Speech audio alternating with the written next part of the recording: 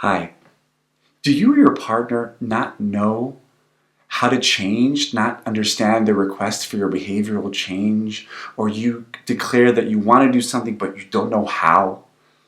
So if you do that a lot or your partner does that, you are abusing a defense mechanism that's going to hurt you and your relationship.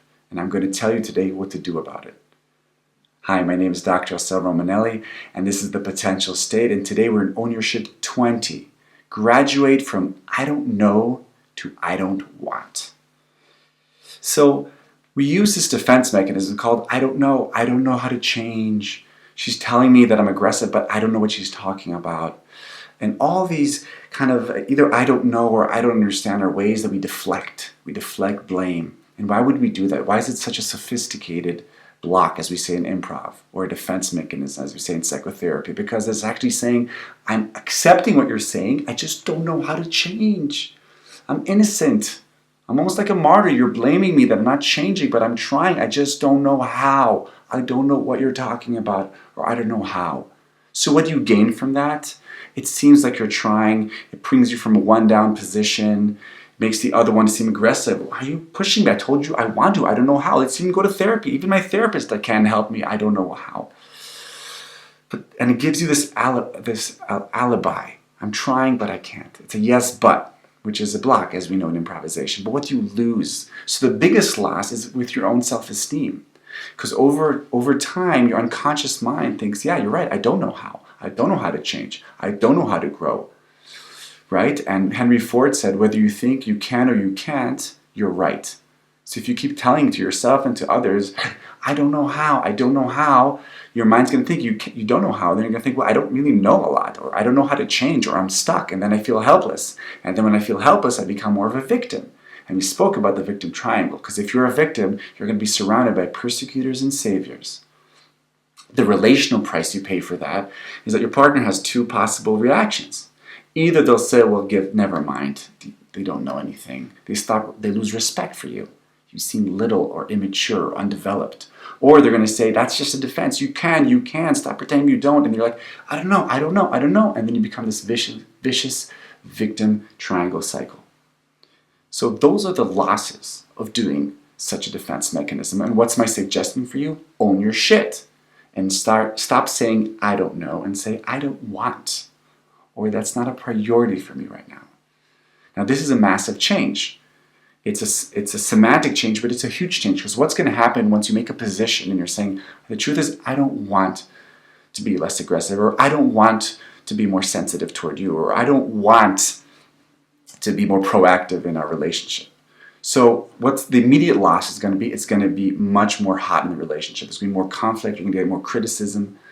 Right? You're not going to be so innocent. You're actually going to be seen as either as a bitch or an asshole or as an arrogant or as a lazy or a selfish or caveman, because you don't want to do certain things. You don't even want to do certain things that you're asked to by your own partner. How dare you?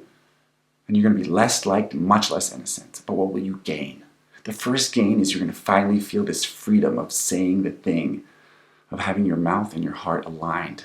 Because at the end of the day, if it was important enough for you, you would know how to do it. You'd find a way to know. It's all a question of priorities. How important is that to you? And another gain, the relational gain, is suddenly your partner will, after they'll be insulted or whatever, they're going to actually come back and say, wow, thank you for saying that. Thank you for validating what they've been intuitively, implicitly feeling from you. Because at the end of the day, we all know. The question is, how much do we want to know? Or how hungry are we to find that knowledge? And you will be seen as more round, as more authentic, and the relationship, the bar will rise where both of you can actually be more blunt and actually say, and stop hiding behind, I don't know. And how do you do that? So it's fine to say, I don't know. You can also say, it's not a priority for me right now. I can even say right now, yeah, this is a priority for me, 2 out of 10. Refer back to the episode on Talk to Me Numbers. And here's the good news, is like, even if you say that you don't want to right now, even to yourself, for instance, I should be working out more, but the truth is it's not a priority for me. It's not like I don't know where to start. I know where to start, but it's not a priority. You gain credit in your own eyes. Because you're telling myself, I'm not perfect. Right now, it's not a priority. This is. And one day I'll come to it or I won't. But I'll stop becoming helpless or victim or disempowered or unempowered. And I want to give you 2 examples, and then I want to give you some tips on how to graduate from I don't know to I don't want. So I'm going to start with this couple I was working with, and it was clear that she was not owning up to her shadow. She was not owning up to where she manipulates and jabs and belittles her partner. And she kept saying, I just don't know what my shadow is. I don't know what I'm doing negatively in our relationship. I don't know. And I kept pushing her and saying, do you want to know? Would you want to know? Of course I want to know, but I don't know. I can't even see the bad parts in myself. She was so deep in the defensiveness.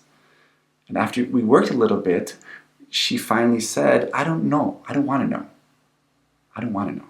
I'm afraid to show, because if I show that part, he can use that against me. And the second she said that, we stopped pushing, but just that moment of that, she took ownership of that. And she said from I don't know to I don't want was a huge energy shift in the room, or another woman who kept saying, I want to be big, and why doesn't my husband empower me, or my kids, why doesn't anybody respect me? And I showed her, or I expressed her, or I kind of outlined for her the path how to grow through systematic female empowerment. You can refer to that episode. And once you realize the cost of being big, which would also mean seeing her bad parts, her shadow sides, she said, you know what, if that's being big, I don't want to be big. So I invited her, can you say that? Can you say, I don't want to be big right now? That I have more gains and losses? I said, just try saying it out loud. And when she said it out loud in the beginning, she was very embarrassed, but the more she repeated it, the more there was this confidence building.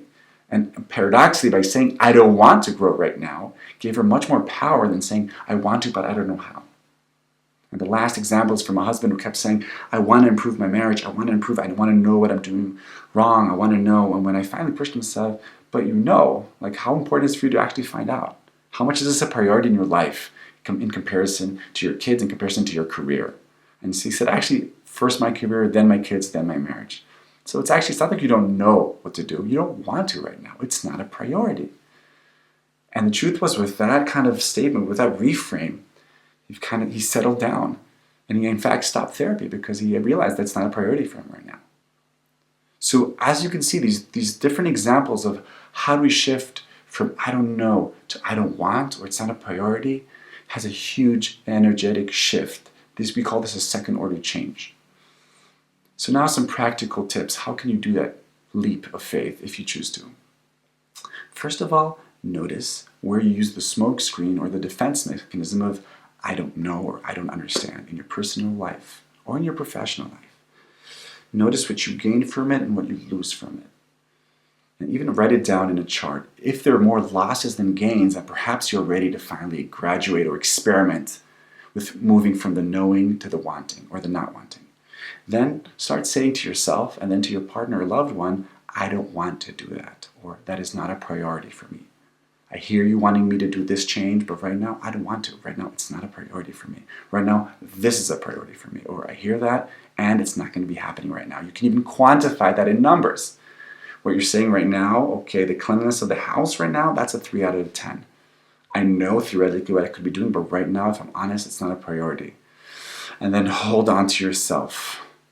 Take a deep breath. Don't fuzzy it up. If you already said a statement, be big and say it. What you can expect from your partner is the holy trinity of blocking. They're going to be surprised or insulted and or disappointed or depressed or whatever. But don't fuzzy that up. Don't backtrack and then say, well, maybe if I only knew, can you give me more tips? I forgot what you said.